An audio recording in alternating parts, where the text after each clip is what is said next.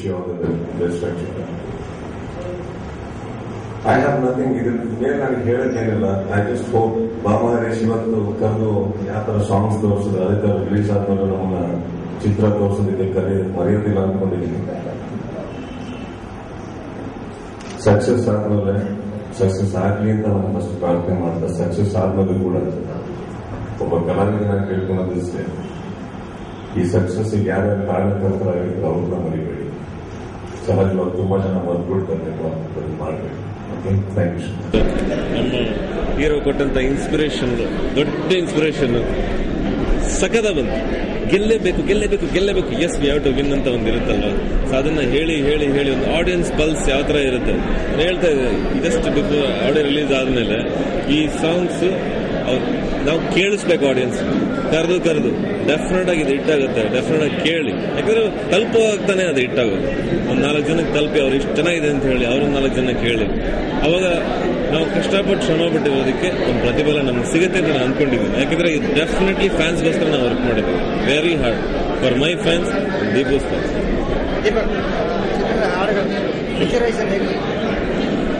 Picturisation ನಾವು song recording ಮಾಡಬೇಕಂದ್ರೆ ನನಗೆ ರಾಜೇಶ್ ಸರ್ಗೆ ಒಂದು ಜಗಳ ನಡೆದಿತ್ತು. ಏನು ಅಂದರೆ, ನೀವು ಎಷ್ಟು ಚೆನ್ನಾಗಿ ಕೊಡ್ತೀರೋ ನಾನು ಅಷ್ಟು ಚೆನ್ನಾಗಿ ಕುಣಿತೀನಿ.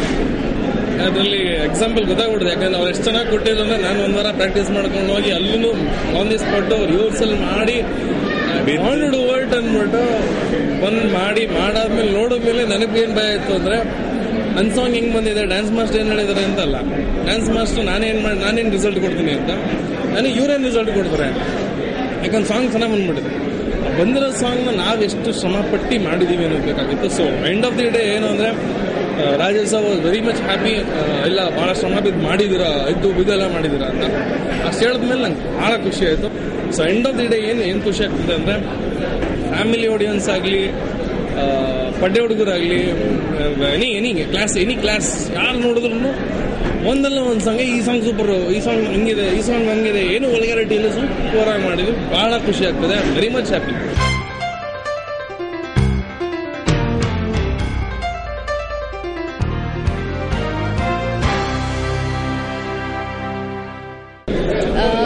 Today was the audio launch of the movie, and there's some really beautiful music and some dance beat songs. I really enjoyed, dancing, and the music is really good. Rajesh sir has choreographed the songs and all. I would like to thank my producer and my directors, and of course Deepak, who has really appreciated me and supported me while acting. My character is a simple college-going girl. It's a very simple girl, and she's been orphaned, but she's been adopted by a lady. And then the story goes about the Deepak. He's doing the character. He's my lover. So childhood lovers. We separated in childhood. Then we meet later on. So the story goes on like that. It's a mix of basically thriller and action and a bit of romance and everything.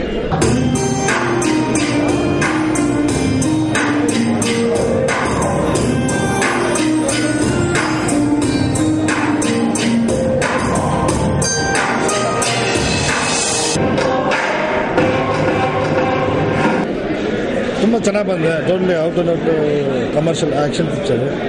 ತುಂಬ ಚೆನ್ನಾಗಿ mood ಬಂದಿದೆ. ಪ್ರೇಕ್ಷಕರು ಅದನ್ನು ನೋಡಿ, ನಮ್ಮ picture ನೋಡಿ, ಹಿಂದೆ ನಾವು ಏನು ಮೆಜೆಸ್ಟಿಕ್ಕು ಮತ್ತು ಶಿಷ್ಯ ಮಾಡಿ ಏನು ತಾವೆಲ್ಲ ಆಶೀರ್ವಾದ ಮಾಡಿದ್ದೀರಾ, ಅದೇ ರೀತಿ ಈ ಚಿತ್ರ ಮಾಡಲಿ. ತುಂಬ ಸುಮಾರು ಗ್ಯಾಪ್ ನಂತರ ಈ ಪಿಕ್ಚರ್ ಮಾಡಲಿ. ತುಂಬ ಒಳ್ಳೆ ಸಬ್ಜೆಕ್ಟು. ತಾವೆಲ್ಲರೂ ಆಶೀರ್ವಾದ ಮಾಡ್ತೀರಾ ಅಂತೇಳಿ ನಾನು ಅಂದ್ಕೊಂಡಿದ್ದೀನಿ. ಹಾಡುಗಳು ತುಂಬ ಚೆನ್ನಾಗಿ ಬಂದಿದೆ. ಇದು ಎಲ್ಲ ಕ್ರೆಡಿಟು ನಮ್ಮ ರಾಜೇಶ್ ರಾಮನಾಥನ್ಗೆ ಹೋಗಬೇಕು. ಹಾಗೂ ಇದರಲ್ಲಿ ಲಿರಿಕ್ಸ್ ಬರೆದಿರೋಂಥ ಚೆನ್ನವೀರವರು, ಸುರೇಶ್ ಅವರು, ಮತ್ತು ದೀಪಕ್, ನಾಯಕ ನಟ ದೀಪಕ್ ಕೂಡ ಒಂದು ಪಲ್ಲವಿ ಕೂಡ ಬರೆದಿದ್ದಾರೆ ಚೆನ್ನಾಗಿ.